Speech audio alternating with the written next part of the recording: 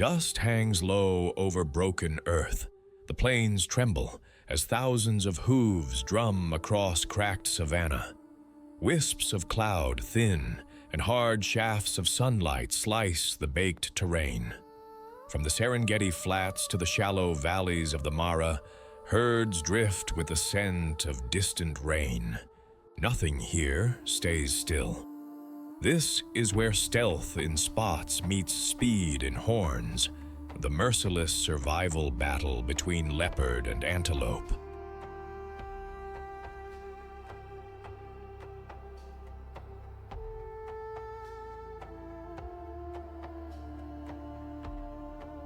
Tell us in the comments where you're watching from and which side your heart is rooting for.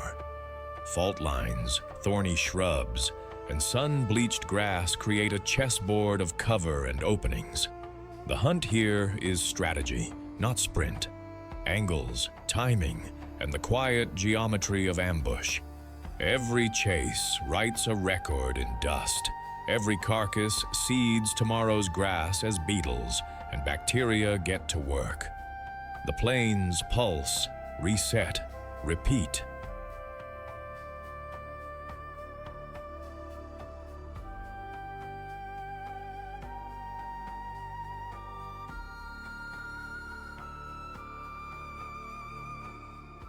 In rain-sweet grass, hooves drum like distant thunder. The wildebeest are moving. Calves still slick from birth wobble, then join the living river before their legs have learned the script.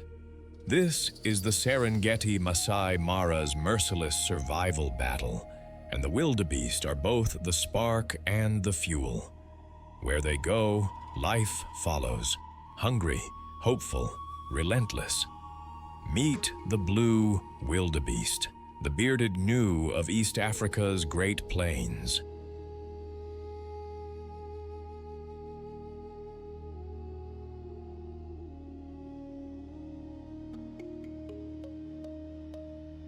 In the southern Serengeti, they calve on damp earth, then roll northward toward the Masai Mara in a slow, unstoppable current.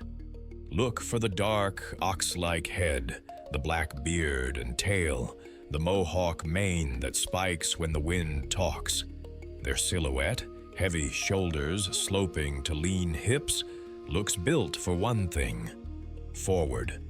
Painted by nature in gunmetal gray, the wildebeest wears vertical shadow stripes along the rib cage, like rain still running down a wall.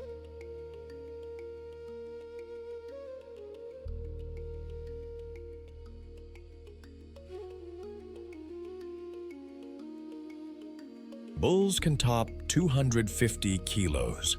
Cows are lighter but no less determined. Both sexes carry horns that sweep outward, then curl in, a low-slung crescent for parrying in the rut or fending off a too bold neighbor. Evolution gave them long, springy legs and hard, crescent hooves, perfect for carving faint trails into soaked plains and pounding dry soil into dust.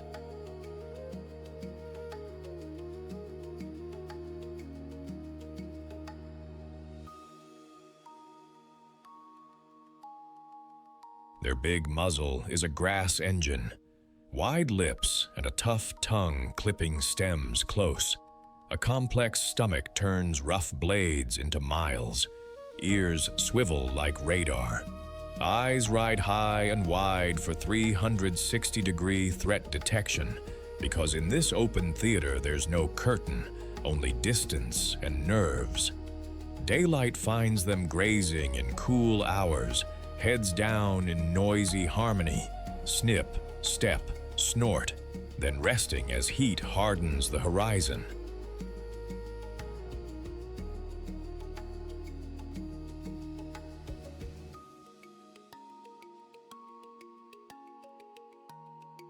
When storms roll in and the first grasses blush green, the map redraws itself in their heads.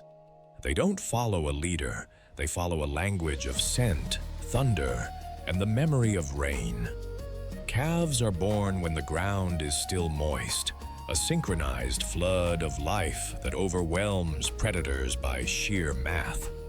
Minutes old, a newborn stumbles, locks eyes with its mother, drinks, and moves, because stopping is a luxury the wild rarely offers.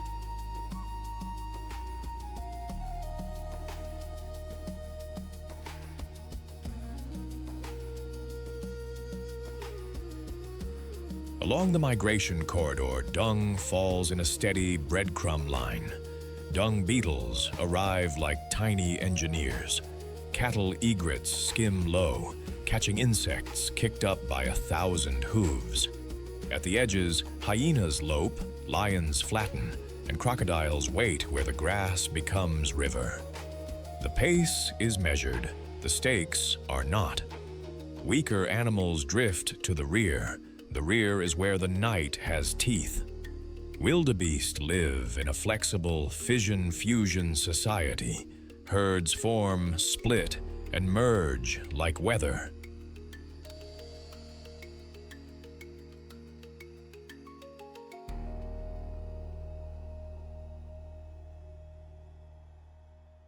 Cows with calves cluster, trading vigilance and comfort. Bulls switch between bachelor groups and brief, noisy dominion during the rut. For a few fevered weeks, males claim patches of prime grass, bellowing like drums with horns, scent marking, posturing sideways, and sometimes locking horns in head-wrenching shoves. Calves recognize mothers by smell and voice. One wrong turn can be fatal, so they learn the family ringtone fast.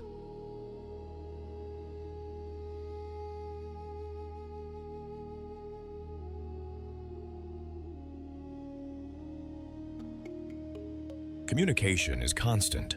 Grunts, snorts, a rolling chorus that says move, danger, or keep up. No matriarch directs traffic. Decisions emerge from thousands of tiny cues. It's democracy by hoofprint. They are the pulse of the plains. As they pass, tall grasses are mowed, old roots torn, soil loosened.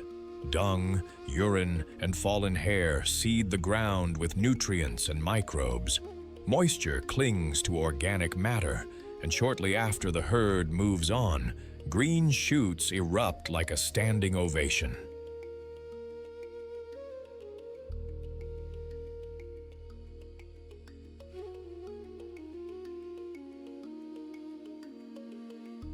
Gazelles and zebras follow the opened buffet. Scavengers, vultures, jackals, even crows key into carcass hotspots, while predators time births and ambushes to the herd's schedule. Every wildebeest that lives feeds the system.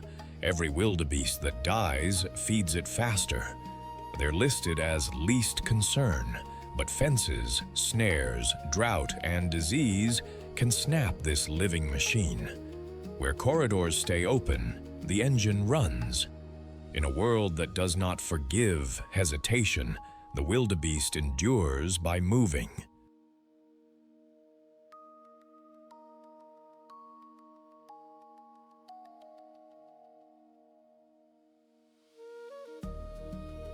It is a symbol of stubborn momentum, a reminder that survival here is a marathon with teeth along the route, and the courage is in taking the next step.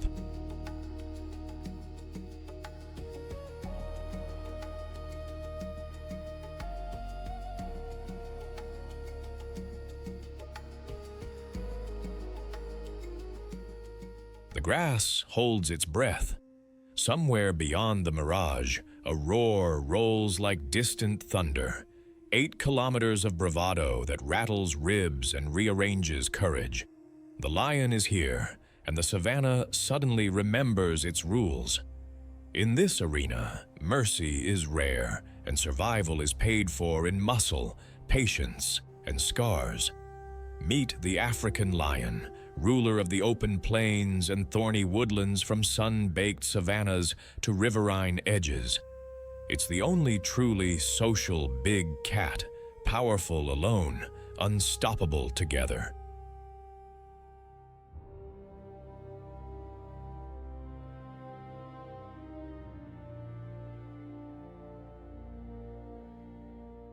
male can weigh up to 250 kilograms, his mane a storm of gold and black, while lionesses move like shadows stitched to the wind. The crown isn't a trinket, it's a role earned daily. Painted in tawny hues that match dry grass and dusty light, lions are sculpted by evolution for ambush and impact. Males carry a mane that ranges from sunlight straw to coal dark, a living banner that makes them look larger, absorbs blows in fights, and signals maturity and health to allies and rivals.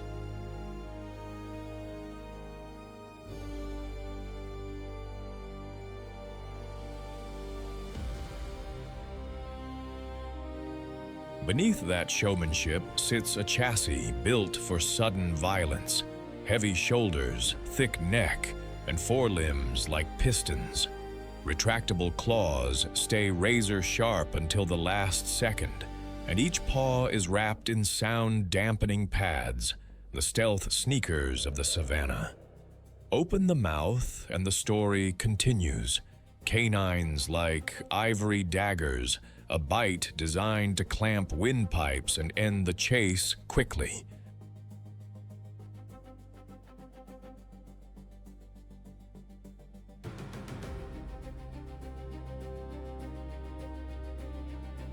Their flexible spine and powerful hips deliver short, brutal sprints, not cheetah fast, but fast enough to close the final meters that matter. A reflective layer in the eye supercharges night vision. Whiskers map the world like tactile radar, and that black tufted tail becomes a flag for silent signals during hunts. Even their voice is an adaptation, a specialized larynx and partly unossified hyoid structure forge a roar that carries across territories, a sonic fence line drawn in the dark.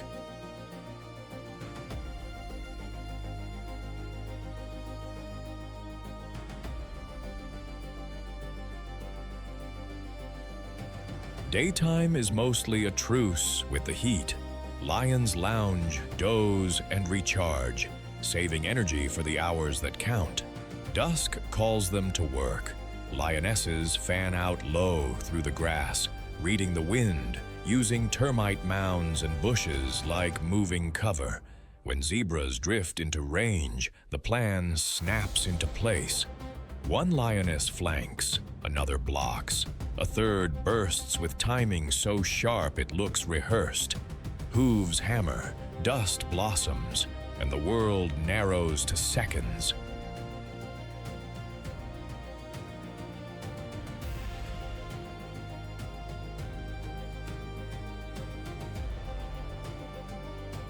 When it works, the savannah sings with roars, a victory old as Africa itself.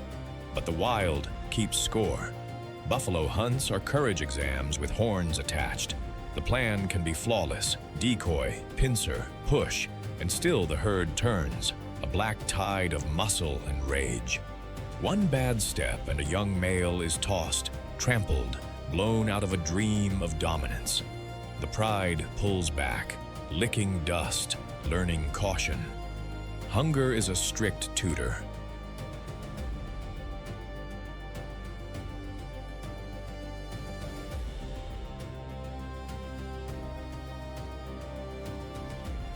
When prey disappears and nights stretch long, cubs mule under acacias, and lionesses gamble everything on one more stalk. Meanwhile, males patrol boundaries at dawn, scent marking, listening. Their roars boom across the plain. We are here. This land is taken. Think twice. A pride is family with sharp edges, usually related females, their cubs, and a coalition of 1 to 4 males holding the franchise.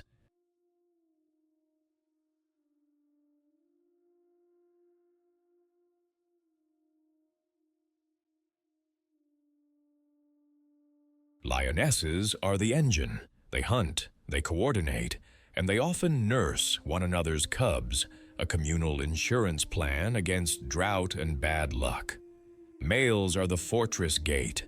using size, mane, and attitude to repel rival coalitions and marauding hyenas. Takeovers are dramatic and dangerous. New rulers may commit infanticide to bring females back into heat, a harsh reset written into lion biology.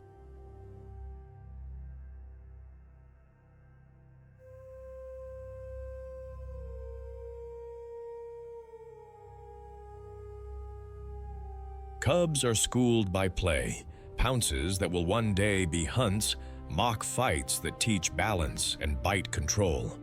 Grooming knits the pride, a quiet language of tongues and trust.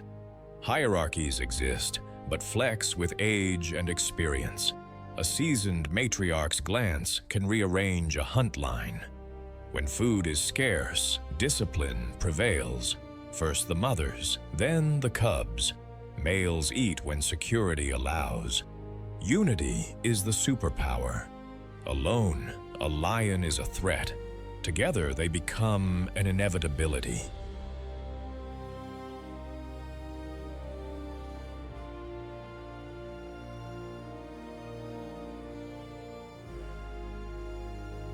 Lions keep the system honest. By targeting the unwary, the weak, and the old, they shape herds, strengthen gene pools, and prevent overgrazing. Their kills feed a small economy. Vultures, jackals, and even beetles cash in on leftovers. Competition with hyenas and leopards builds a constant chess match that spreads pressure across the landscape.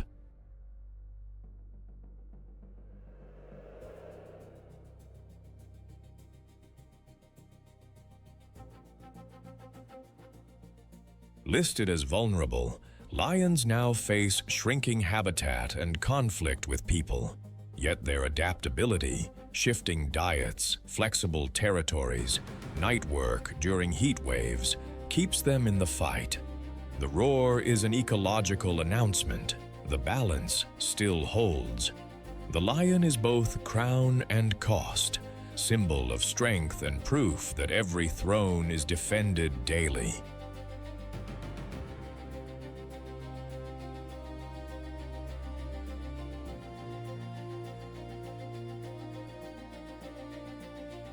In the merciless survival battle, it reminds us that power is earned, shared, and sometimes lost, but never taken for granted under an African sky.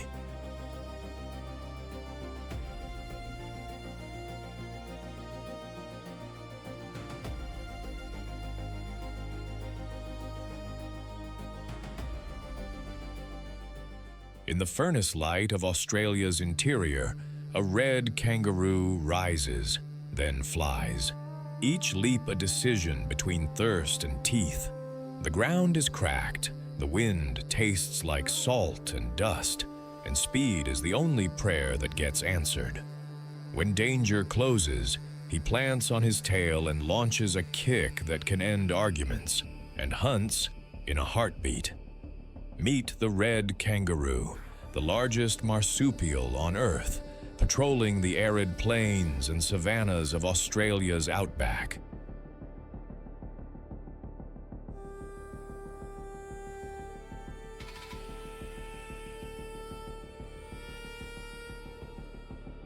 Males glow ember red. Females wear cooler blue-gray tones that slip into the grassland light. They are athletes of open space, rulers of distance, and proof that survival can be both elegant and unforgiving.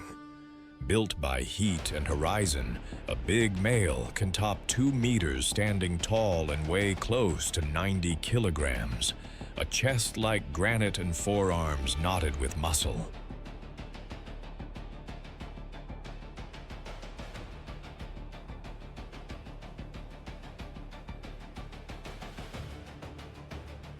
Males wear the classic rusty coat that blazes under the sun. Females and subadults are softer gray, a family portrait painted by camouflage. The hind legs are long, spring-loaded pistons with thick tendons that store and release energy like coiled steel, letting them cover up to 9 meters in a single bound and touch 70 kilometers per hour when the desert asks hard questions.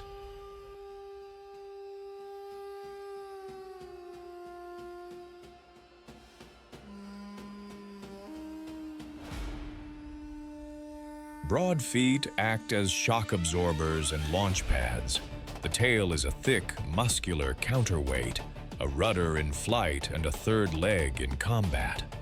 Sharp foreclaws are tools and weapons, good for digging cool scrapes in the soil, teasing out roots, and when negotiations fail, raking a rival's chest. Big ears swivel like radar dishes, reading wind and footfall. The muzzle is fine-tuned to dry grasses that other herbivores pass over.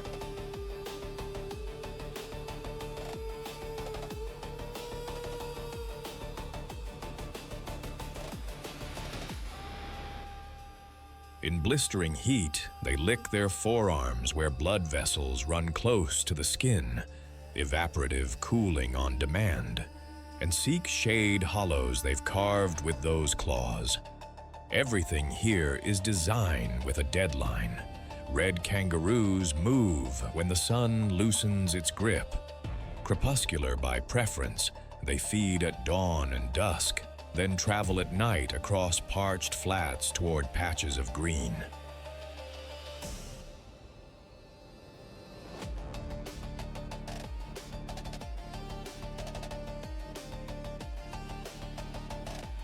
They graze on tough grasses and saltbush, trimming tips where moisture hides. When the rains fail for months, they pull water from leaves and stems, their bodies thrift managing every drop. Concentrated urine, dry pellets, slow daytime schedules. The hop isn't just speed, it's efficiency. Elastic tendons recycle energy, so distance costs less here than walking would. At a hint of trouble, mobs stretch into living ribbons, everyone synced to the same metronome of air and muscle.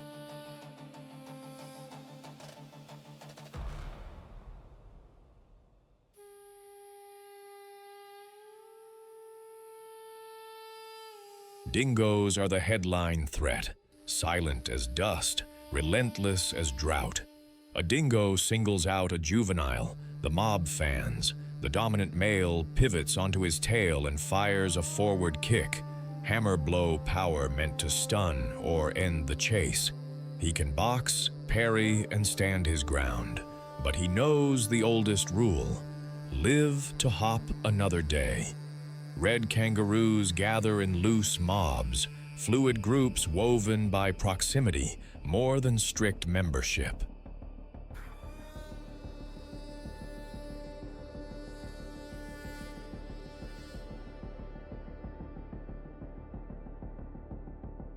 Within this shifting circle, pecking orders are clear.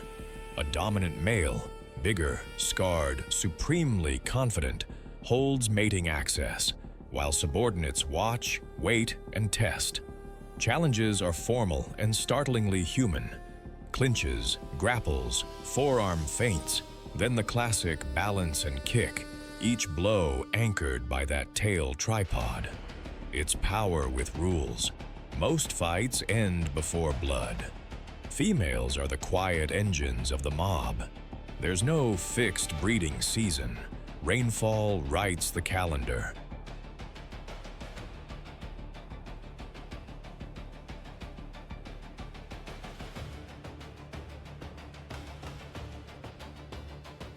After a short gestation, a newborn barely 2 centimeters long crawls unaided to the pouch, latches, and vanishes into warm darkness for months.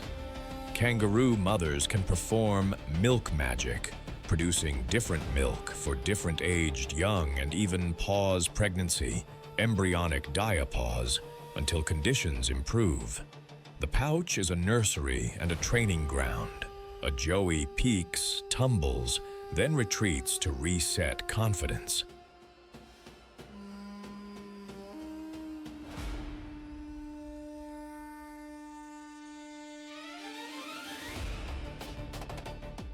As heavyweight grazers, red kangaroos clip tough grasses and stimulate fresh growth, shaping plant communities across vast rangelands. They open space for smaller herbivores, spread seeds on their roots, and feed predators.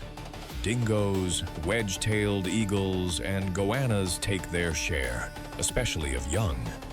Their drought-hard physiology, water-sparing kidneys, energy-saving hops, shade-digging behavior turns scarcity into strategy.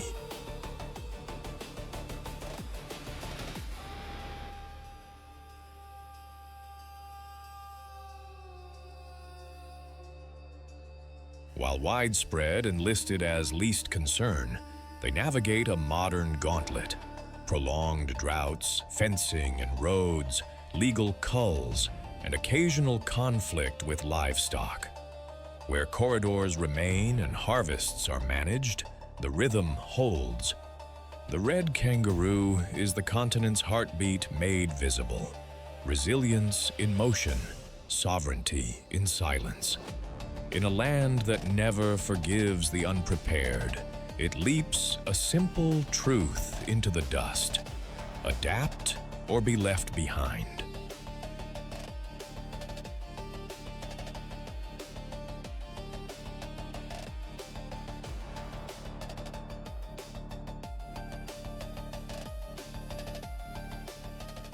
On an African forest floor, the ground begins to move. A living river of driver ants, millions marching as one mind, hunting with pheromones and precision. No roar, no claws, just numbers and relentless coordination that erase anything too slow to escape. The continent's smallest, most lethal pack taking down its prey in perfect formation. Meet the ants of Africa's grasslands, woodlands, and wetlands, close cousins to tropical legions worldwide.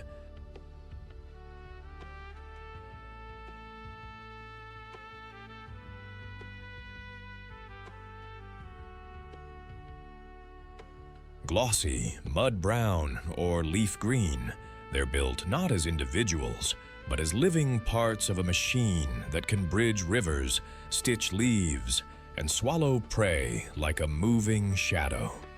Ants wear armor you can't dent with teeth, a chitin exoskeleton that seals in moisture and shrugs off thorns. Their bodies are modular: head, thorax, abdomen, connected by a narrow waist that gives agility in tight tunnels.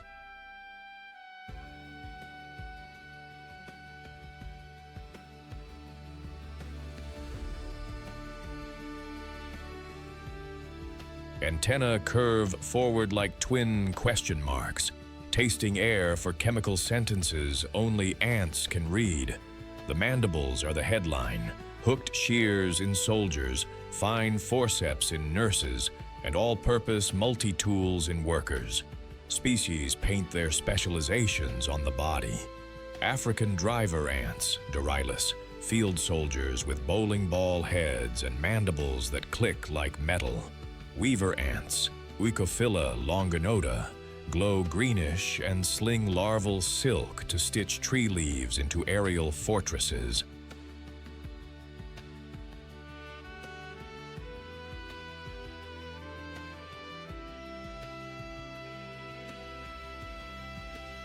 Some sting, venom tipped for persuasion, while others spray acid with sniper accuracy. Even their feet are engineering. Sticky pads and claws for bark, spiky grip for soil. Strength is the quiet miracle. A worker can haul loads many times her weight, a forklift with a heartbeat. And scale is part of the strategy. One ant is a dot, 1,000 are geometry, 100,000 are destiny. Ant days are choreography written in scent.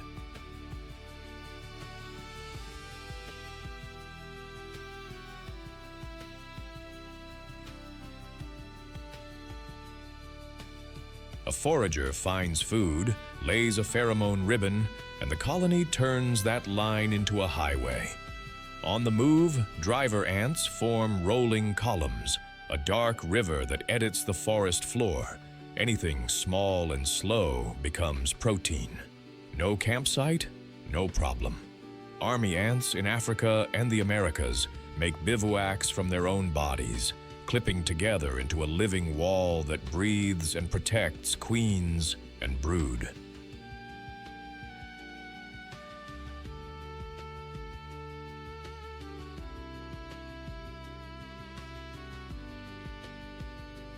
Fire ants, when floodwater rises, show zero panic.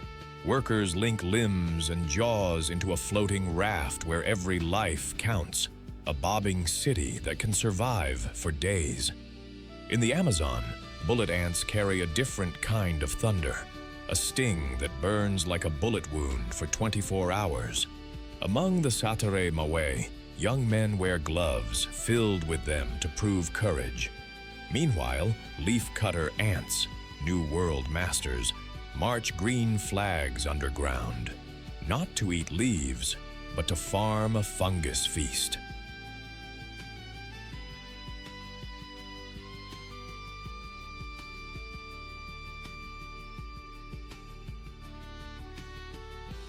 On African branches, weaver ants zipline leaves together with larval silk, patrolling the canopy like tiny rangers. Even predators notice. When Africa's most lethal pack, wild dogs, fans through grass, ants keep working under the storm of paws. The hunt roars overhead. The ground empire keeps its schedule. An ant colony is a superorganism with a queen at its core, thousands to millions of workers as organs, and soldiers as muscle.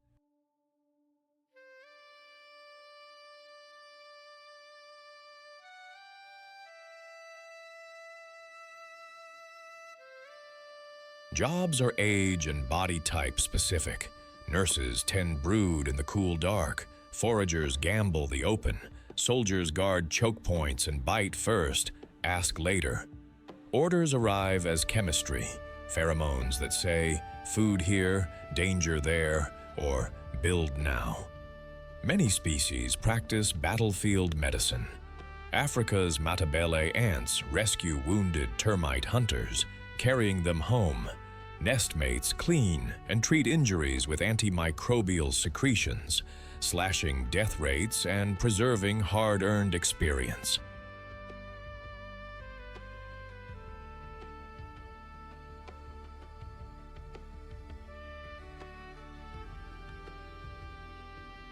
Cooperation scales up to architecture. Weaver ants form living chains to pull leaves together, then sew them shut with larval silk. Army ants become the walls of their own nursery. Fire ants become rafts. And when it's time to expand the empire, winged princes and princesses rise on warm evenings, pairing in the dusk. The new queens land, shed wings, and become the beating heart of a fresh city. Ants are the hidden logistics of the wild.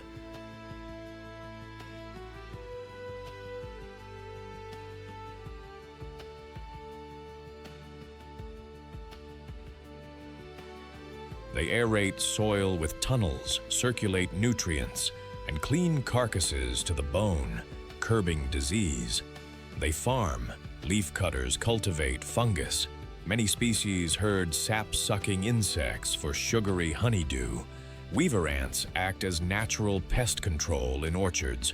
Seeds hitch rides on nutrient-rich snacks. Ants carry home, sprouting in fertilized chambers, a quiet reforestation service. Threats are modern: pesticides, habitat loss, invasive rivals.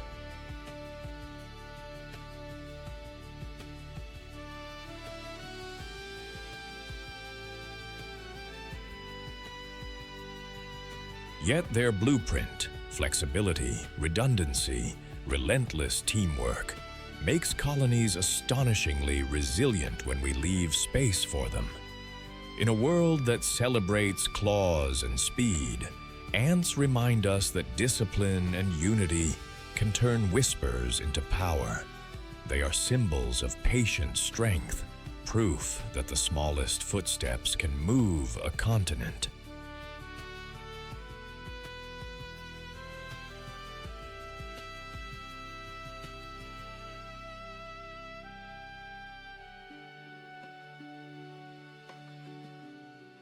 In the heat-hazed savanna, a living wall advances, the Cape buffalo, a horned phalanx that makes even lions recalculate. In a story of leopards and antelope, these tanks are the twist that changes the ending. Meet the Cape buffalo of sub-Saharan Africa, Synchorus kaffir, roaming grasslands, floodplains, and open woodlands wherever water and rugged grass can be found. What sets them apart at a glance?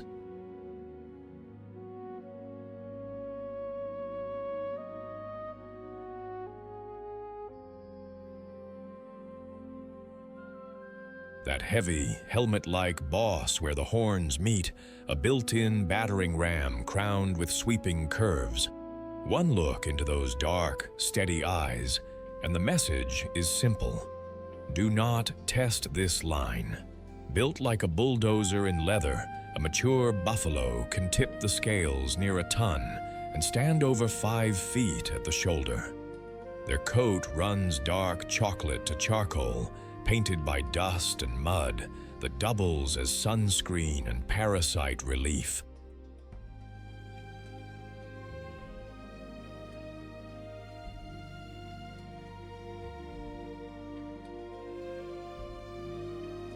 The skull is reinforced, sculpted by evolution to absorb shock.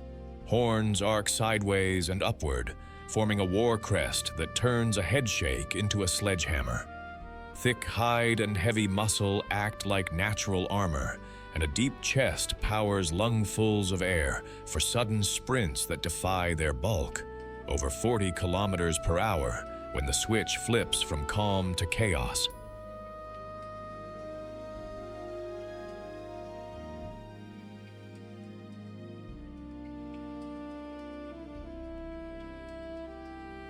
Wide-set nostrils taste the wind.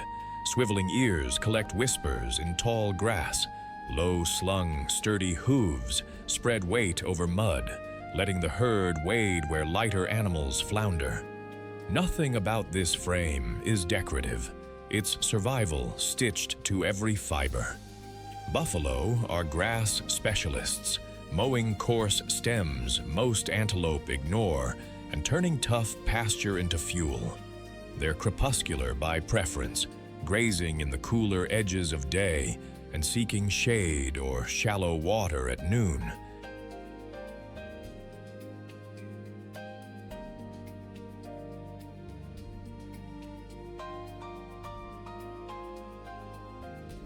In the dry season, they become relentless travelers, pushing miles between shrinking pools and brittle fields, dust billowing behind like a weather front. Calm is their default, until it isn't. A leopard may ghost after antelope and write his story in stealth. A buffalo writes in capital letters. Threaten a calf or isolate a weak adult, and the herd pivots, horns out, forming a living shield that can surge into a coordinated counterattack. Their nickname, the Black Death, isn't bravado.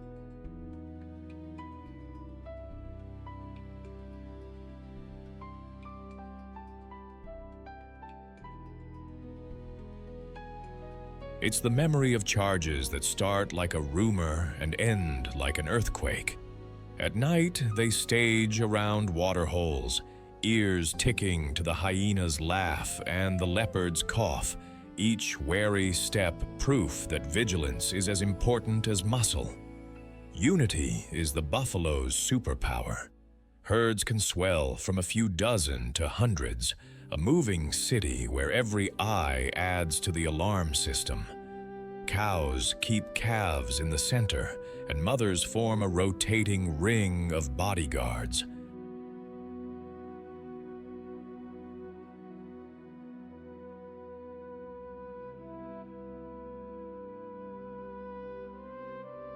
Dominant bulls take the risky edges, the first to read trouble, and the first to answer it. Rival males settle rank with thunder, horns crack together, hooves carve crescents, and dust climbs skyward as willpower is measured in inches gained. Losers don't vanish. They often drift into bachelor groups, unpredictable satellite crews shadowing the big herds. After an 11-month wait, a calf of 30 to 40 kilograms drops into the world.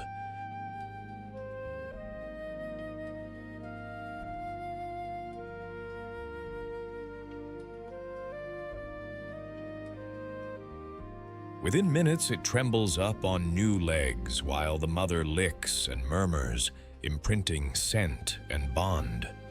Babysitting happens, but so do tough lessons. Keep up, stay inside the wall, learn the silent cues that make hundreds move as one. Communication is low bellows, snorts, and a choreography of heads and shoulders, an invisible signal that can turn a circle into a storm. Buffalo are landscapers on hooves.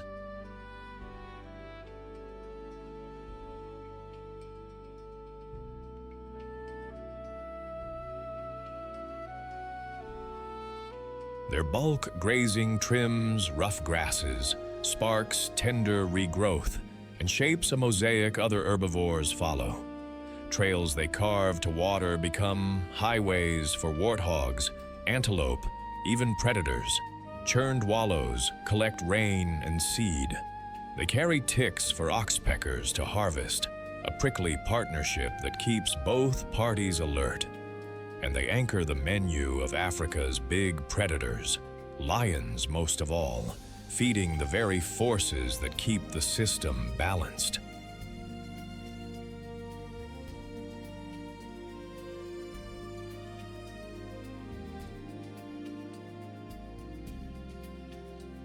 Officially least concern, they still face snares, disease, and habitat squeeze, proving that even a fortress needs safe ground.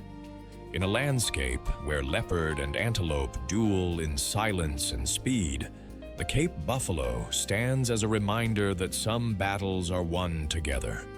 It embodies the spirit of unity, quiet until the moment it must roar.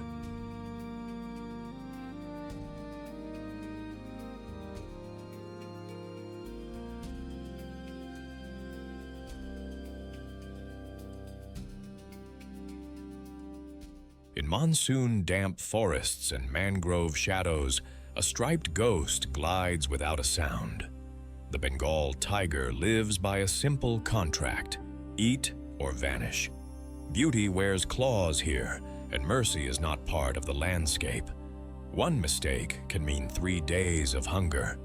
Meet the Bengal tiger of the Indian subcontinent, India, Nepal's Terai, Bhutan's foothills, and Bangladesh's Sundarbans. This is the largest cat on Earth's warm plains, a predator sculpted for ambush in thick sal forests and reed-choked swamps.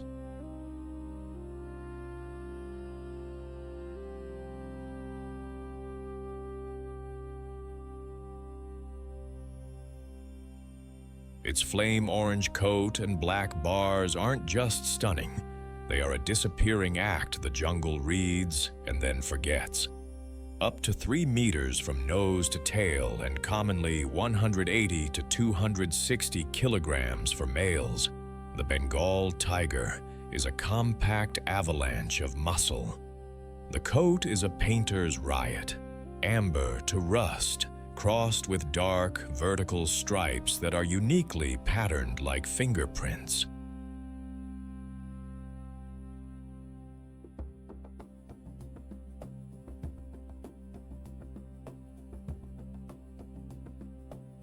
Along the belly, inner limbs, and cheeks, white fur softens the palate.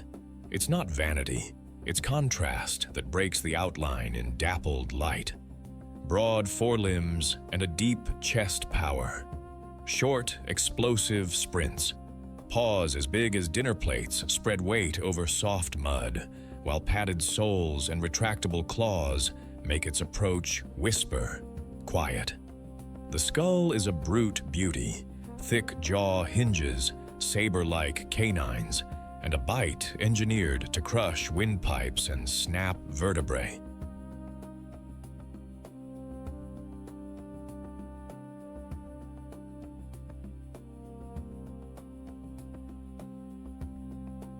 Eyes carry a mirror-like tapetum lucidum for night vision.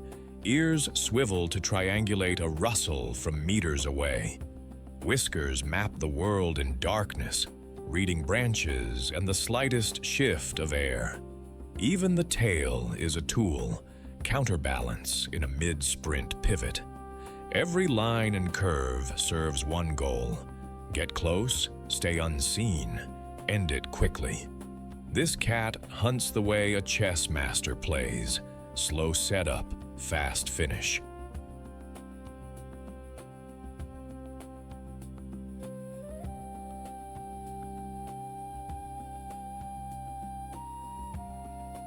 It prefers deer like chital and sambar, but will take boar, gore calves, and in the mangroves, even fish and crabs between tides.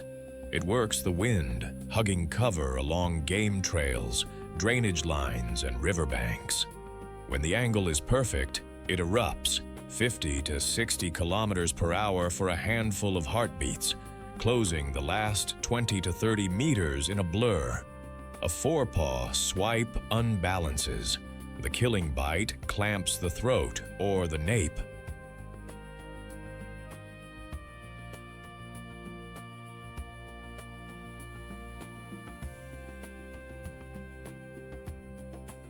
Success isn't common, often won in several attempts, so energy is currency. It picks targets with a thief's caution: the distracted, the young, the injured. After a kill, it drags the prize into cover, feeds and returns for days if the neighborhood allows. Most activity clusters around dusk, night, and dawn.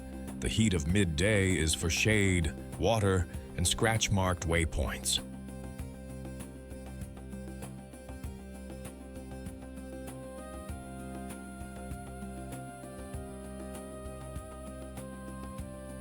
Scent is its social media, sprayed on trees, rubbed on trunks, laid down in scrapes, messages that say occupied without a meeting. Roars carry far. Friendly greetings are chuffs, a soft, airy sound you'd never expect from a giant with daggers for teeth. Tigers are solitary rulers of overlapping maps. A male's range may cover 50 to 150 square kilometers, depending on prey. It often overlaps several females, but not other adult males if he can help it.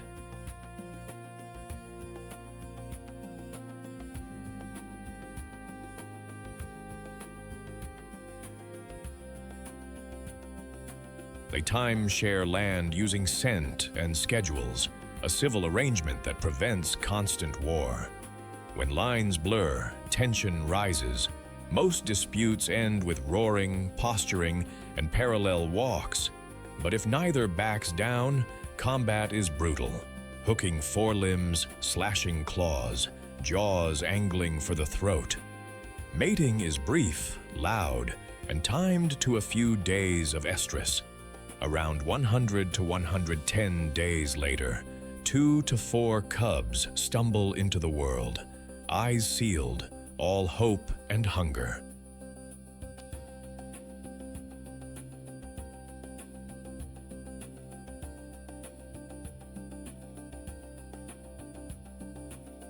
The tigress becomes a ghost with a mission, moving dens to avoid discovery, nursing for months, and teaching with staged hunts, first insects, then rabbits, then deer. Cubs stay up to 2 years. Not all make it. Male infanticide is a risk, so is starvation and inexperience. Motherhood here is fierce tenderness, calories converted into survival lessons. As apex predator, the Bengal tiger keeps herbivore numbers in check, preventing overgrazing and allowing forests to regenerate.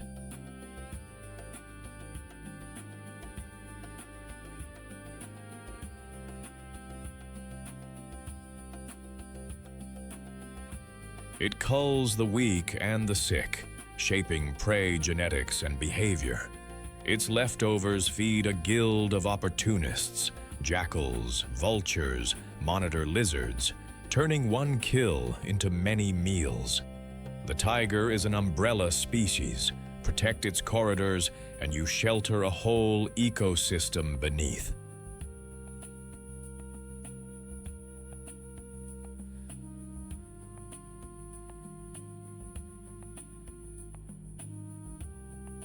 Globally, tigers are endangered. Bengal populations have risen in parts of India thanks to reserves and community protection, but threats persist: poaching, shrinking habitat, and conflict at the edges where cattle replace deer. The Bengal tiger is not just power, it's restraint, calculation, and those three quiet weapons: patience, space, and precision. In a world that never bargains, it embodies the spirit of survival written in stripes and silence.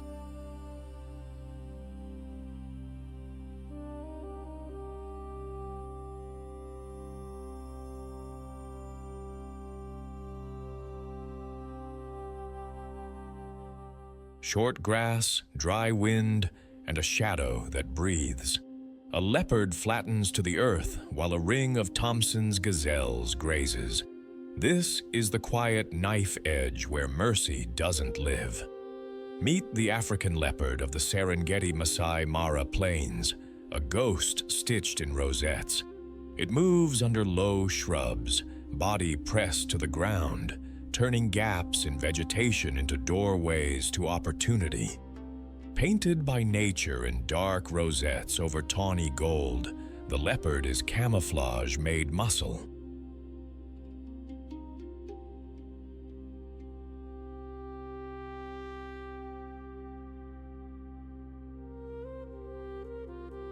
Those spots don't just look beautiful.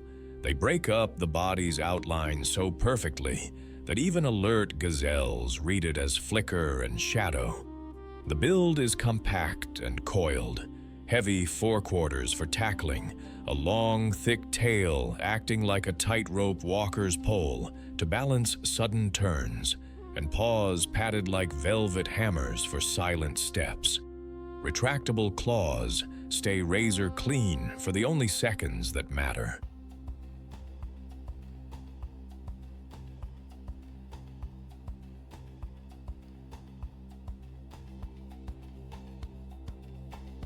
A flexible spine and powerful shoulders let the cat explode from stillness into a short, straight sprint. Forward-facing amber eyes pull detail out of dusk.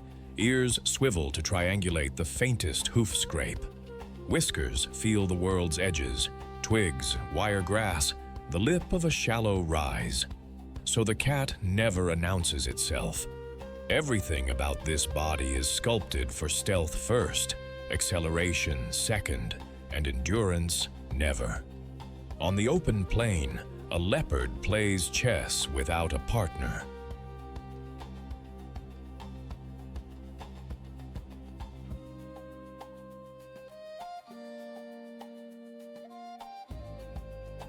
Wind shifts, grass leans in new directions, the herd adjusts. The cat ghost walks in a controlled rhythm, never rushing, never showing its hand early. It uses the landscape's smallest gifts: a low mound, a shallow shadow, a bush the size of a suitcase, to erase itself. Ahead, Thompson's gazelles feed in a careful scatter, youngsters strung along the outer ring. The cat closes the gap, then freezes beside a knuckle of earth. The field seems to hold its breath.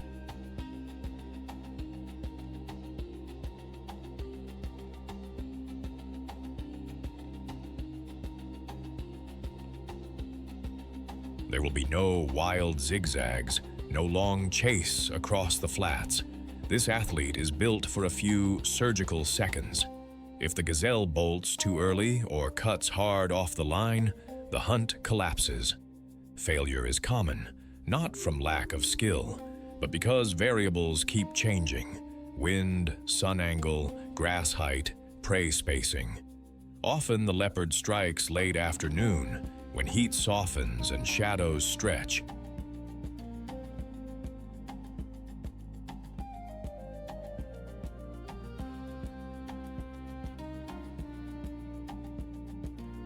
If it wins, the kill is small, fast, and consumed quickly, sometimes dragged to cover, sometimes finished on the spot before hyenas get the memo.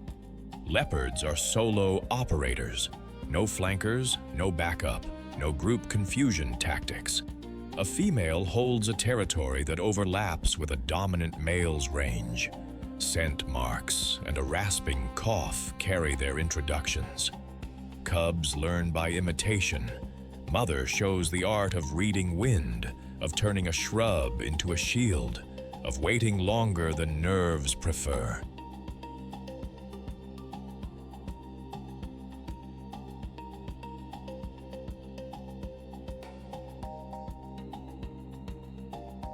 She delivers tough love in lessons measured in inches. Males do not assist with parenting. Their contribution is genetic and territorial defense by presence. Around other predators, a leopard picks its battles with humility. Lions overpower, hyenas mob, so this cat opts for vanishing acts, small meals, minimal scent, no invitations to scavenger parties. On the plains, subtlety is survival. No bravado, no noisy claims, just precise entries and cleaner exits.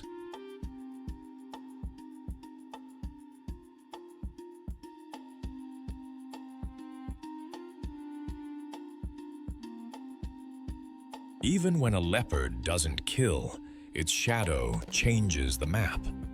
Gazelle herds tighten, then shift, feeding pauses, crossings over low visibility ground speed up. That pressure, light but persistent, spreads herbivores across the grasslands, preventing any one patch from being chewed to exhaustion. By selecting weaker or isolated individuals, the leopard trims disease and keeps populations tuned to the land's carrying capacity.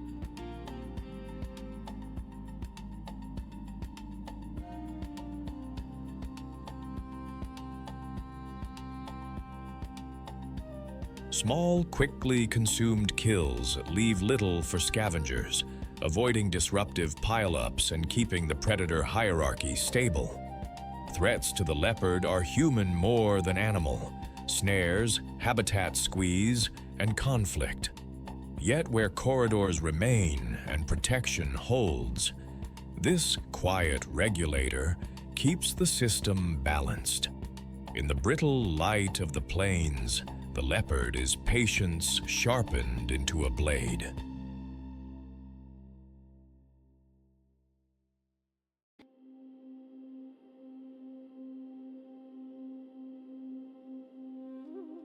It embodies the spirit of precise survival, proof that in the wild, victory often belongs to the animal that moves least until it matters most.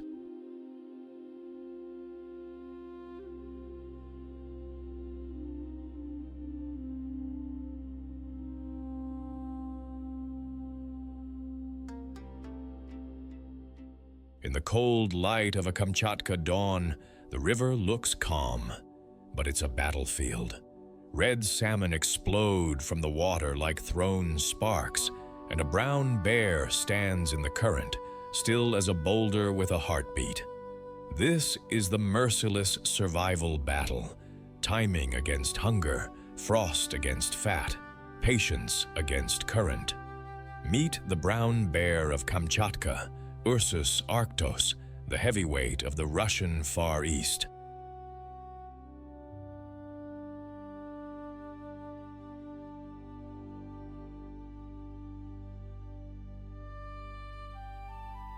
Standing taller than 2 meters when reared up, this bear carries its authority in silence. Amber eyes, a shovel-wide snout, and claws like ice hooks. One look at that shoulder hump, the engine room of pure muscle. And you know this creature isn't here to negotiate. Painted by northern light, the Kamchatka brown bear wears a coat that shifts from chocolate to honeyed bronze as seasons turn. Guard hairs bead water like rain off a good coat, while a dense underfur insulates through brutal winters.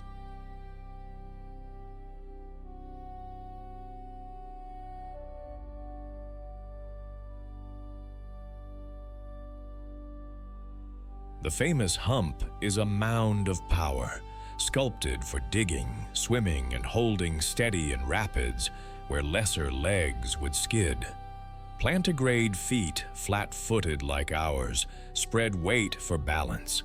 Those paws are dinner plates, each armed with non-retractable claws that can reach the length of a house key. A deep chest fuels endurance. A broad skull and crushing bite can split a salmon or worry a rib cage if a deer misjudges the mud.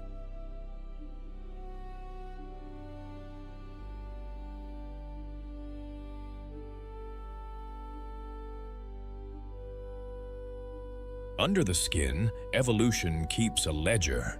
Summer calories become autumn fat, a living bank account that will pay the interest of winter.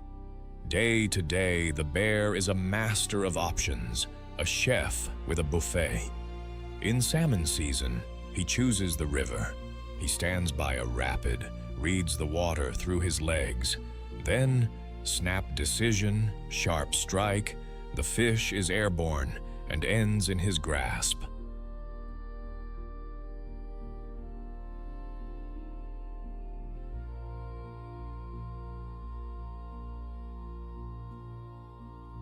Watch a seasoned male and you'll notice a secret. He sometimes favors the fattiest parts first, the brain, the skin, the roe, because fat is warmth, fat is spring, fat is insurance. On gravel, you'll see him press a female salmon's belly, and the eggs spill like red beads. Downstream, a mother wades with cubs, teaching them the river's grammar. Angle your body. Feel the push. Anticipate the leap from the faintest riffle.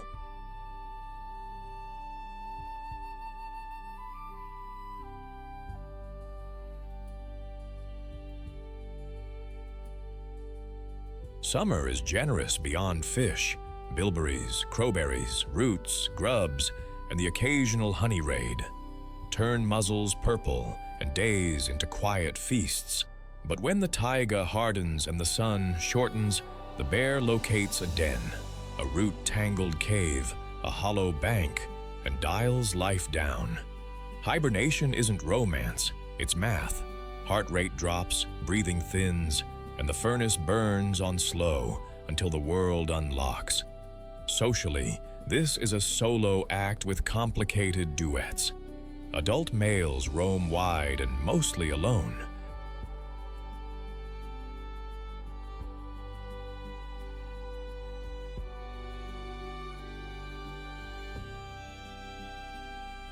At the salmon runs, hierarchy rights itself. The biggest boars take the prime riffles.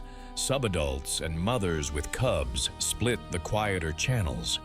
Communication is old school, but effective. Tree rubs and claw marks are the forest's social media, scent posts saying I was here, and I'm not small. In late spring, courtship is brief and pragmatic. Delayed implantation means the female's body decides later whether resources can support cubs.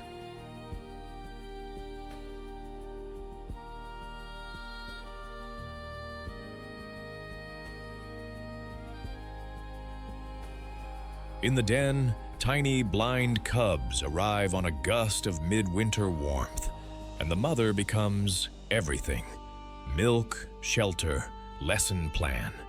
She'll keep them for 2 to 3 years and defend them with a ferocity that turns a cliff edge into a line you simply don't cross. Not every male backs down. Infanticide is a grim reality, but sometimes standing ground wins the day, and the scars write their own footnotes. Ecologically, the brown bear is both harvester and courier.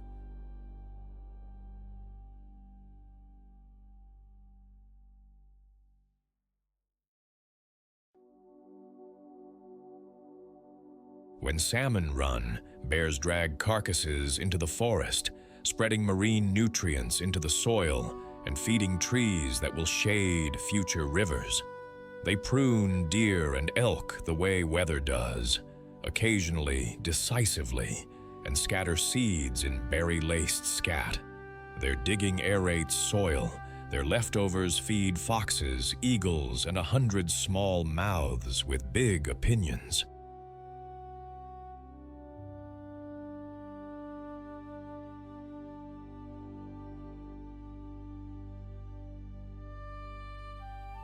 Threats exist: poaching, habitat pressures, and overfishing that starves the river's heartbeat. But in Kamchatka, healthy salmon runs still write bear futures. Brown bears are globally listed as least concern, but the ledger can change fast when rivers go quiet. In a land that forgives little, the brown bear is a reminder that patience is power. It embodies the spirit of the North, calm, precise, and relentless when the moment calls.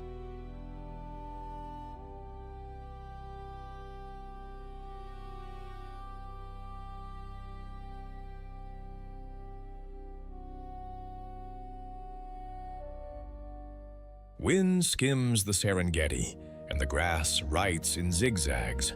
Dust lifts, then settles, as if the ground itself is breathing. In the open, where there's nowhere to hide, the Thomson's gazelle survives by turning the plain into a maze you can't see, until it's too late. Speed is their headline, but misdirection is the plot twist. Meet the Thomson's gazelle of East Africa's rolling grasslands, from the Serengeti to the Masai Mara.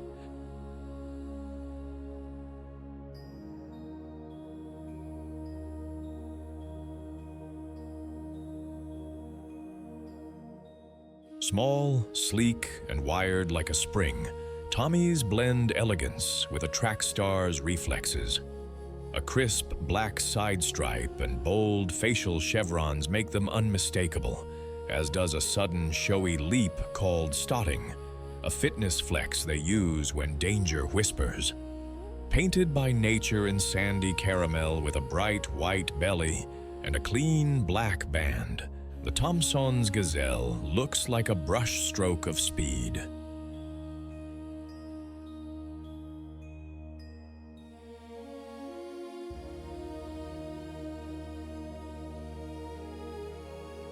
Males carry taller, lyre-shaped, strongly ringed horns.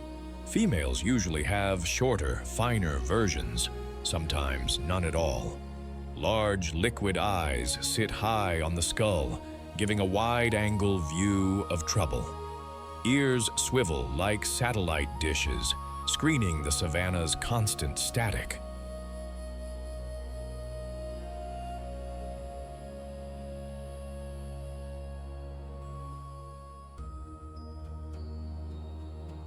The body is compact, about knee-high to a lion, and sculpted for efficiency.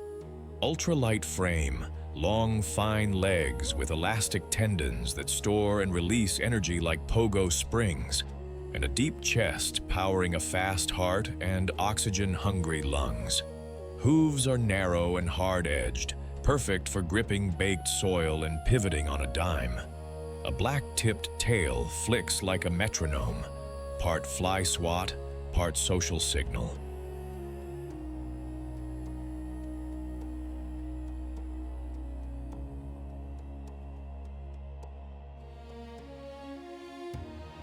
The signature move, those high arcing stots, is more than drama. Tendons do the heavy lifting, allowing big air with minimal energy. And when the chase starts, a Tommy can break past 50 miles per hour, then tear into elastic curves that deny a predator a straight line, keeping the hunter's focus sliding off target. Life here is sprint planning. In open grass with no cover to melt into, survival means mastering the turn.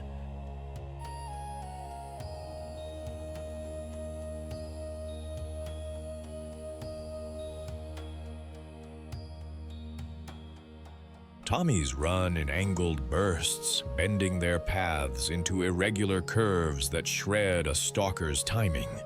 Even as a herd, they keep gap control, each individual holding an instinctive personal space. A threat at distance? They launch into stots, then slalom into a tangle of motion that looks chaotic but keeps the group hard to parse. Feeding is precise and close-cropped.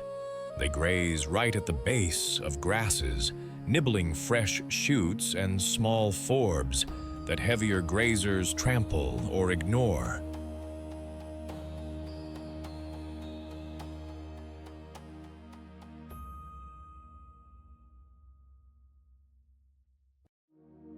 In the mid-dry season, after wildebeest and zebras roll on, Tommies often make up much of the remaining biomass.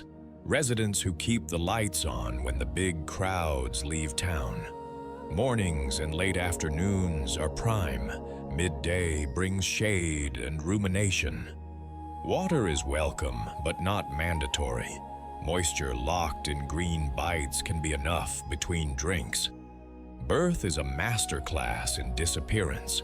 Females drop fawns in dispersed low-grass spots, never concentrating, never lingering.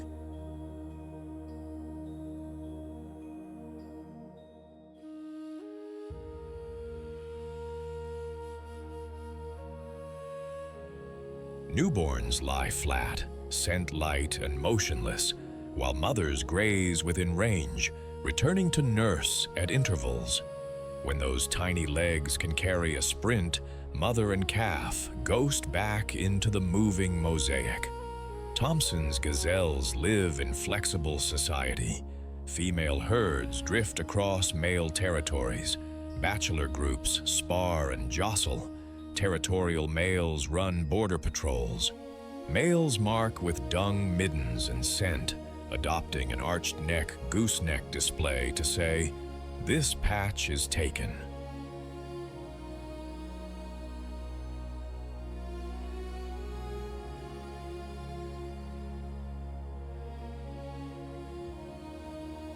Fights are quick, horn-to-horn fencing with sidesteps and shoves more than full-on brawls. The kind of contest where winning means rights to mate, not scars for bragging. Communication is subtle, snorts, foot stamps, tail signals, and, of course, stotting. When a cheetah ghosts into view, the herd stretches and contracts like it's tied to invisible elastic. Centrifugal force breaks the formation during the hazard, then pulls it back together once the air calms.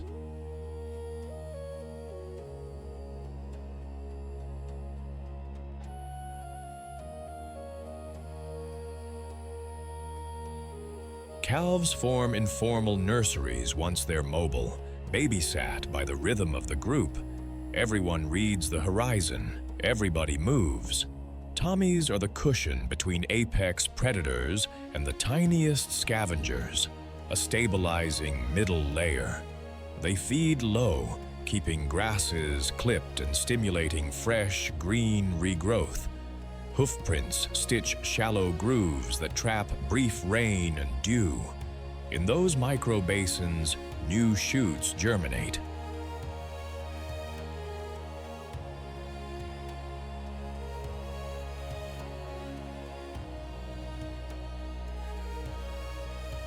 Their grazing routes attract ground birds and insects, setting off a chain of small opportunities. When gazelles vanish, the mid-tier collapses. Predators lurch upward or downward, fracturing the natural order. They are near-threatened in many assessments, pressured by fencing, overgrazing, and poaching, but inside protected corridors, their rhythm holds. In a landscape where mercy is rare and movement is everything, the Thompson's gazelle is the seam that keeps two worlds from tearing.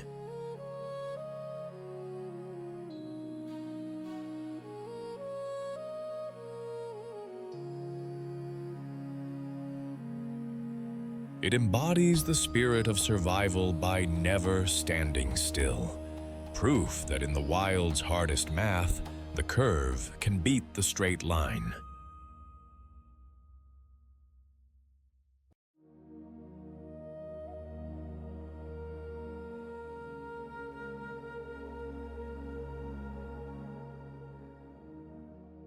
The river looks calm until the rock exhales. Two eyes, two nostrils, and a warning. This water belongs to someone. When a hippo rises, peace gets teeth. In the merciless game of survival, this is the bouncer no one wants to argue with.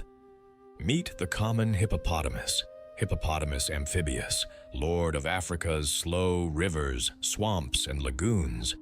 It doesn't swim like a fish. This giant walks the riverbed, a living tank powered by legs as thick as pillars. By day, it vanishes under the surface.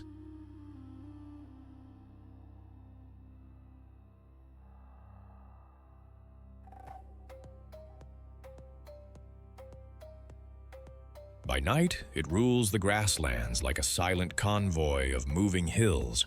Painted in slate gray to chocolate brown, the hippo is sculpted by evolution into pure utility. Barrel chest, short piston legs, and skin so thin and sun-sensitive, it must stay wet. Nature added a clever defense, an orange-red blood sweat, a secretion that acts like sunscreen and an antibacterial shield, a kind of built-in lotion that says, "Yes, I read the label."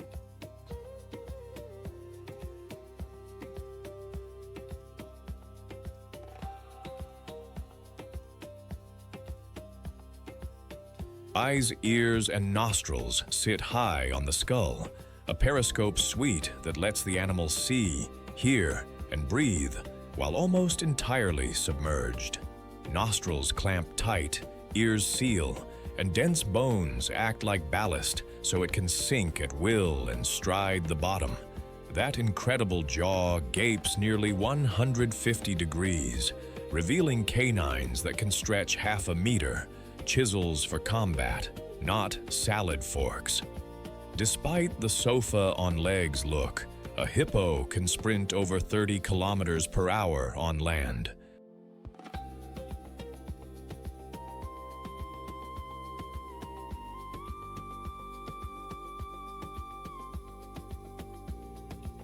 Every inch is designed for amphibious life. Thick hide resists thorns, hooves spread for traction in mud, and a reflex sends the body up to breathe every 3 to 5 minutes, even while sleeping. Daylight is for water. Hippos rest in pods, soaking heat away, surfacing to snort and yawn. A display that doubles as a billboard. I'm armed. They aren't lazy. They're strategic, saving energy for the night shift.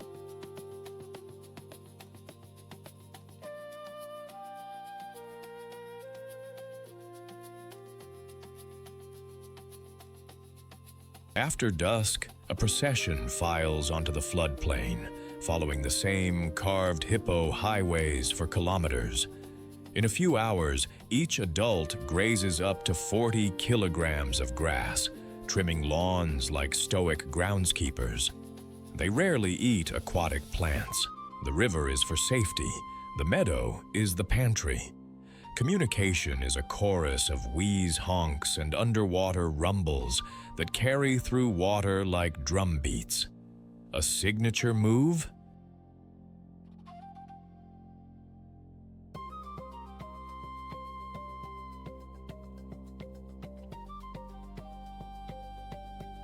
Dung spraying with a whisking tail, an olfactory newsletter pinned to the riverbank. When water shrinks in the dry season, tempers rise. Pools shrink to brown mirrors, and the distance between rivals becomes uncomfortably social. Crocodiles test the margins. Lions lurk where paths meet dust. A mother doesn't negotiate. She'll pivot from calm to collision, charging with half a ton of urgency to send crocodiles sliding and lions reconsidering their menu. A hippo's world is drawn in water.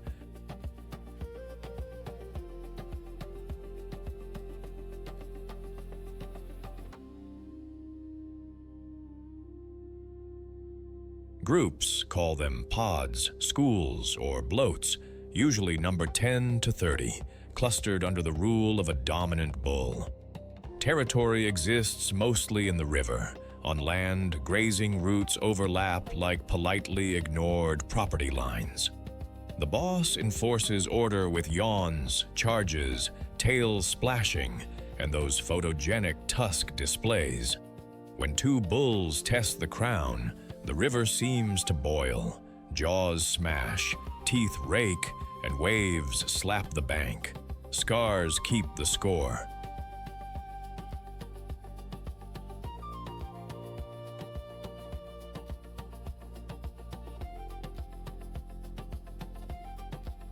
Females and their calves form the heart of the group, often resting close in calmer shallows. Mating happens in water. Control is safer there. A pregnant female slips away to quiet reeds to give birth after around 8 months. The calf, 30 to 50 kilos of brand new buoyancy, can surface instinctively and even nurse underwater, tucking against its mother like a living life jacket. She'll shield it with the precision of a tank and the softness of a nursery. Hippos are heavyweight engineers.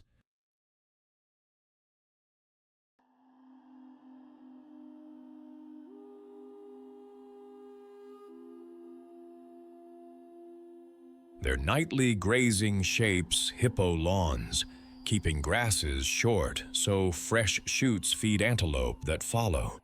Their trails cut channels that redirect water, and their dung ferries nutrients from land to river, fuel for fish and invertebrates. In crowded pools, that same nutrient pulse can tip into algal blooms, a tough reminder that every gift has an edge. They anchor food webs as competitors and occasional casualties, but adult hippos have few natural predators.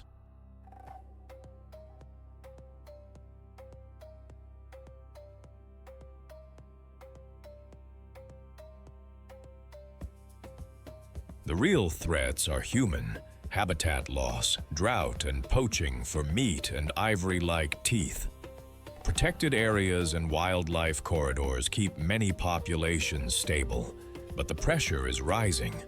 Officially, they're vulnerable in parts of their range, and always one bad, dry season away from trouble. In a world that forgives nothing, the hippo is a living boundary: power, presence, and consequence.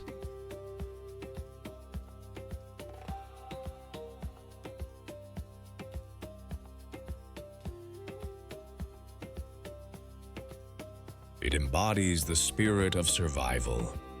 By drawing a line in the water and holding it, breath after breath, night after night.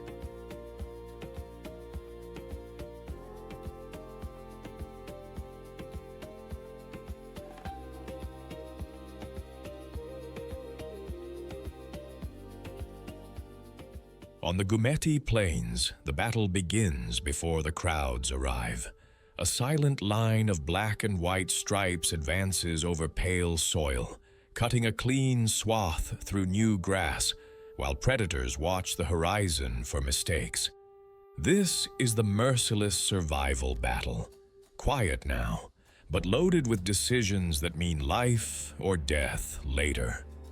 Meet the plains, zebra of the Gumeti Plains, early migrants in a land still shaking off a short, dry season.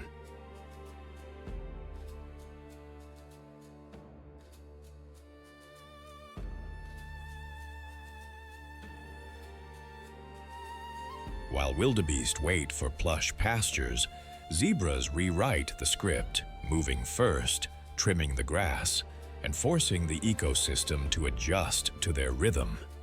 Their stripes are not just a signature, they're confusion in motion, safety stitched into skin. Painted by nature in stark contrast, each zebra's stripes are unique, a living fingerprint that breaks up their outline against waving grass and shifting shade.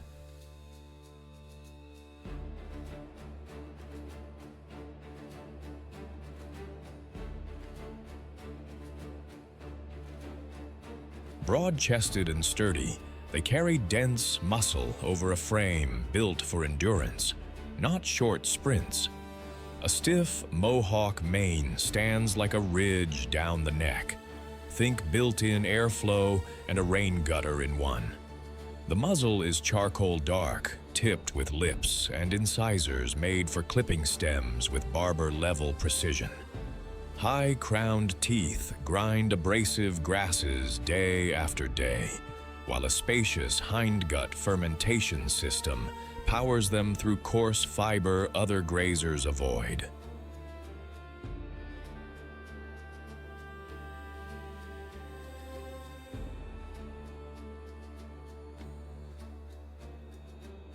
Ears swivel like twin satellite dishes, reading wind, mood, and the low language of hoofbeats. Hard keratin hooves land with a confident, shallow stamp, steady but not scarring, ideal for long-distance travel over dry pans just beginning to green. The stripes may even muddle biting flies at close range, a flickering pattern that turns a landing zone into a moving puzzle. Everything about the zebra says, move early, eat tough, keep going.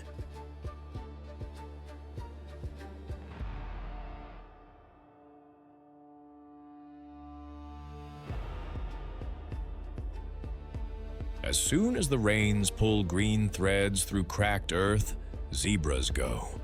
No dust cloud, no dramatic stampede. Just a broad, coordinated line flowing east and northeast, grazing only the top of the grass and leaving the base intact. They spread into loose clusters rather than a tight block, a living paintbrush that sweeps the plains evenly. At shallow water holes, the herd splits neatly into smaller units, each taking a different patch depending on terrain.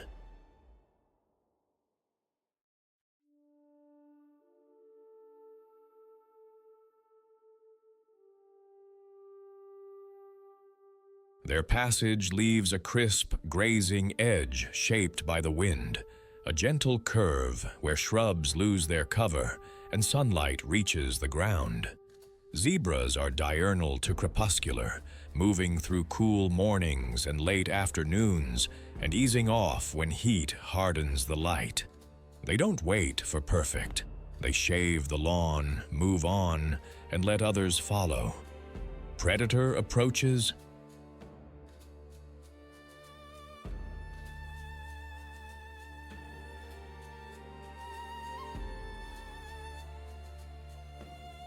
Unlike tight herding species that bunch up, zebras scatter wide across open space, a tactic that fractures an ambush and forces hunters to choose.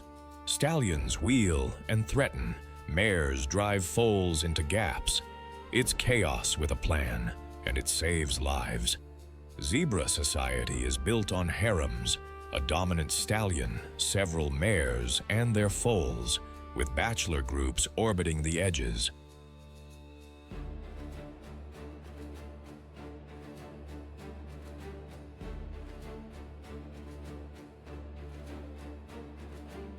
Leadership on the move shifts fluidly.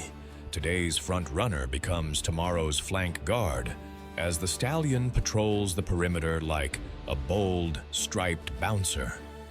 Mares form the core, their bonds reinforced by mutual grooming, nose-to-shoulder nuzzles, and the soft calls only foals truly understand. Breeding isn't locked to a single short season here. so families can travel in smaller units without jamming the migration into one brittle block of time. At water, they fan out to avoid bottlenecks.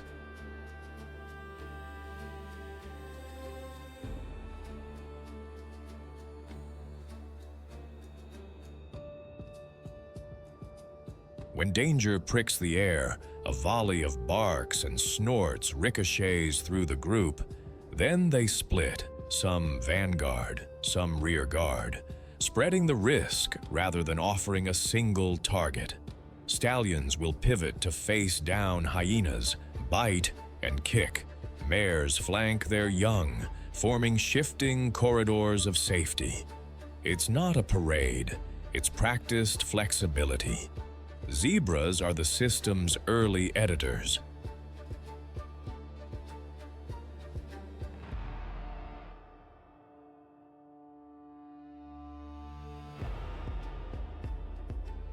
By clipping only the upper grass, they leave a living base perfect for low grazers, gazelles, warthogs, and later scattered bands of wildebeest. Their shallow hoofprints and dispersed dung stitch gentle, widespread nourishment into the soil.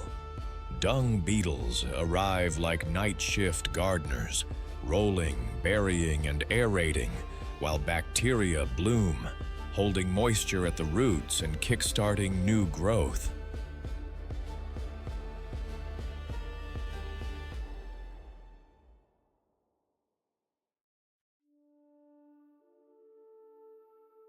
Their movement opens low thickets, brightens the ground layer, and spreads pressure across time and space. Predators adjust, too, setting early ambushes along zebra routes before the wildebeest masses push through, spreading predation rather than concentrating it into brutal peaks. Think of zebras as a horizontal current, not as forceful as buffalo trampling, not as vertically heavy as wildebeest grazing to the nub, but exactly the buffer the plains need to stay resilient.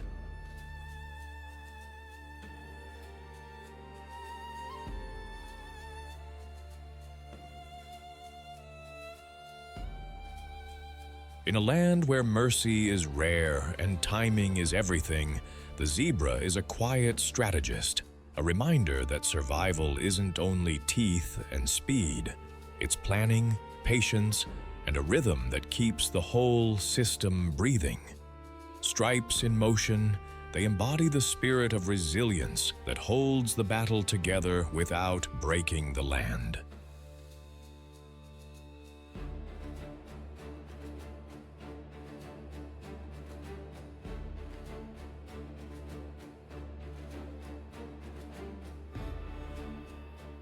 In a brown-green river that looks calm enough to drink, a pair of eyes and two pinhole nostrils break the surface like punctuation. The sentence they finish is never kind.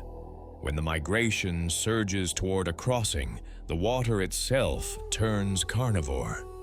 Meet the Nile crocodile of East Africa's migration corridor, especially along the Grumeti River in the Serengeti's western reaches, and similar muddy, slow-bending channels.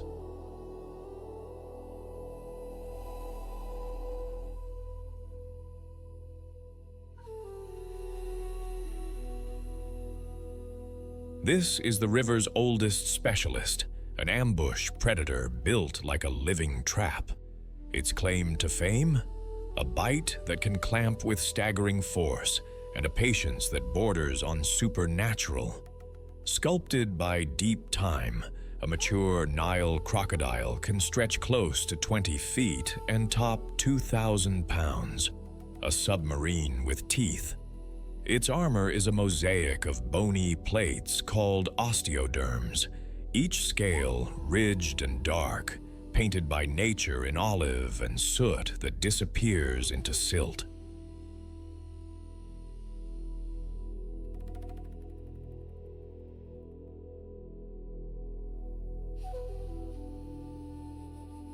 The skull is a fortress, long, low, and bristling with conical teeth that interlock like a bear trap. Eyes, ears, and nostrils sit high on the head, a periscope suite that lets the body remain submerged and invisible. Along the jawline, tiny sensory pits, pressure detectors, read ripples the way a pianist reads notes, turning a river's tremor into a hunting map. The tail is a muscled oar, thick as a tree trunk, that can unload explosive speed in short bursts.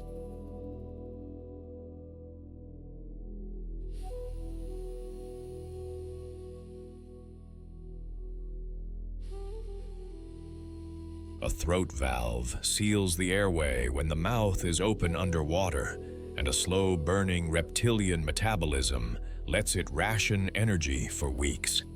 Even temperature regulation is weaponized. Bask to charge, slip into cool depths to conserve. When the river holds steady warmth after the rains, the crocodile saves precious calories for the moment that matters. Impact. Life here is a rhythm of stillness and violence.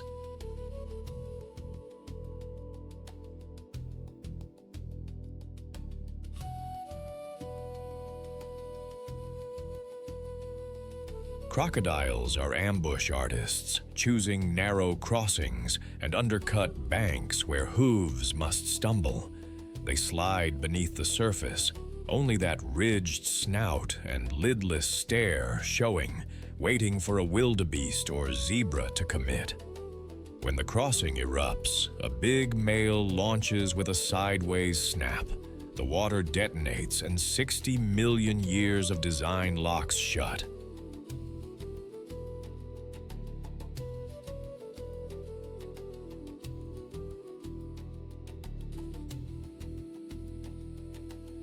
Bite forces measured for large crocodilians reach into the thousands of pounds per square inch, and the death roll is the brutal follow-up, a full-body corkscrew that rips and drowns at once. Between feasts, the crocodile is an accountant of calories. It can fast for months, surviving drought on stored fat, warming at dawn on sandbars, and cooling at noon in shadowed pools. Night brings patrols along reed margins. Day brings basking and ambush resets.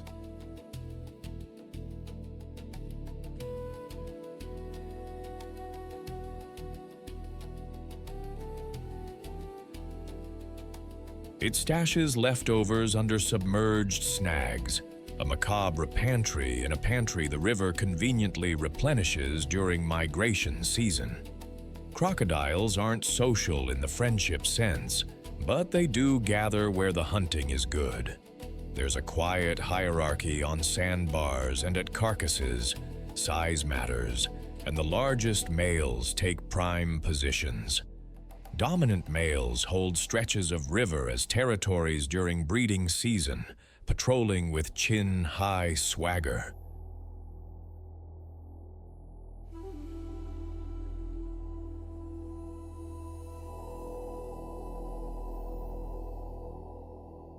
Courtship is more tender than you'd expect from a dinosaur.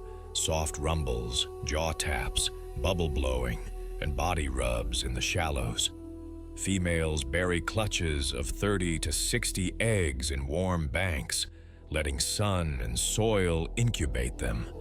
When hatchlings squeak from inside their eggs, the mother excavates, sometimes carrying babies, gently in that same mouth that crushes antelope. She'll hover near the nursery pool, discouraging fish and storks, while the young practice being miniature dragons.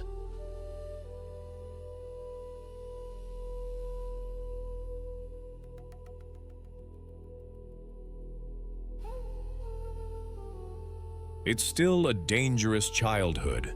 Siblings, catfish, and bigger crocs are all threats. But maternal watchfulness gives them a fighting chance in a river that edits the unwary. As apex predators of the river's edge, Nile crocodiles prune the ranks of the weak, the injured, and the unlucky among herbivores. Their kills and their leftovers feed a downstream economy of catfish, terrapins, marabou storks, and hyenas that scour the banks.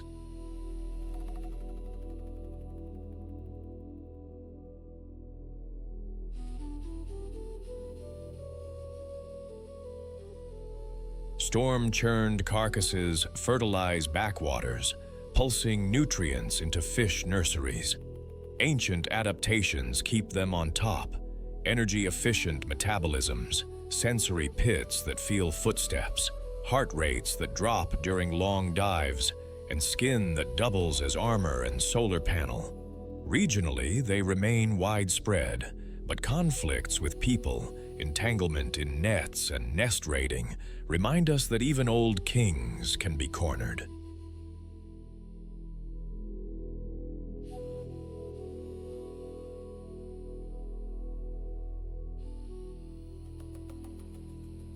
In the merciless ledger of a migration crossing, the Nile crocodile is the river's signature.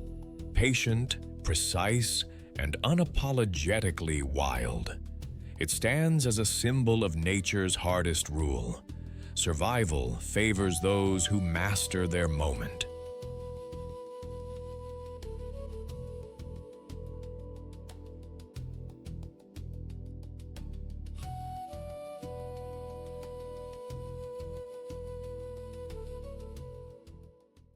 Dawn breaks like a blade over the plains, and the ground begins to tremble. A million hooves drum a single ancient rhythm. Ahead, the river turns in its bed, brown, cold, and full of quiet teeth.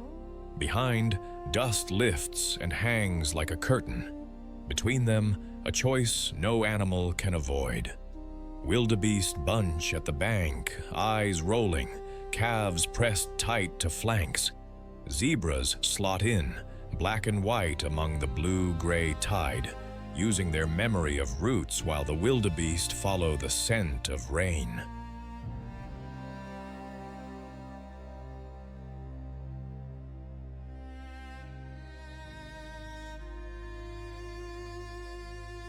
Crocodiles drift low, only eyes above the chop. On the far side, lions wait in dry grass, tails curling punctuation marks in the heat. Hyenas surf the edges, reading panic like a map. Silence. A single zebra steps forward. She drops. The river explodes. Spray, snorts, bodies collide. Calves call for mothers. Mothers answer and turn back into the surge. A crocodile rises, jaws closing on a leg. Mud, muscle, and raw will. The herd flows around the violence because it must.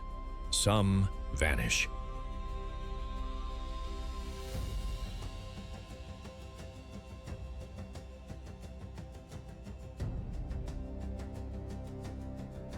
Most press on. Up the far bank, hooves claw mud, knees scrabble for purchase. Lions punch the line, aiming for the tired and the small. One wildebeest stumbles, a lioness clamps down. The herd bunches, then breaks through, momentum as shield. A foal trips, a zebra wheels, kicks like a hammer, buys a heartbeat, and together they bolt.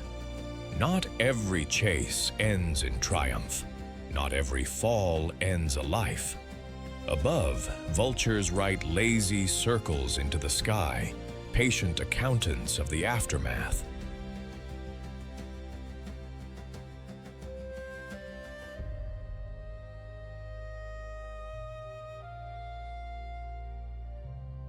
Marabou storks stride in like undertakers when the dust settles. Fish eagles call from a snag, their voices bright over the low thunder of hooves. Even the river listens. This is the merciless survival battle, where danger is constant, and only those who adapt, endure, and keep moving find tomorrow. It isn't just strength that wins here, it's resilience. It's cooperation, zebras leading with memory, wildebeest answering with scent, thousands of decisions stitched into one living braid.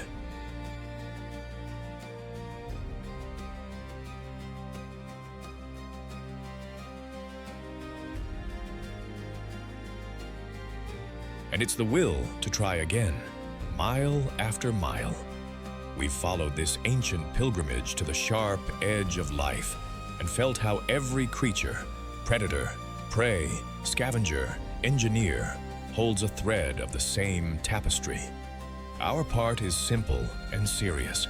Keep the pathways open, back the rangers, support the communities, and make sure a snare never becomes the end of a story.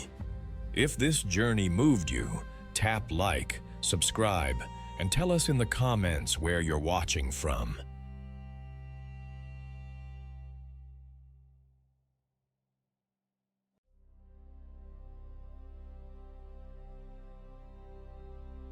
Share this with someone who knows the sound of hooves in their chest.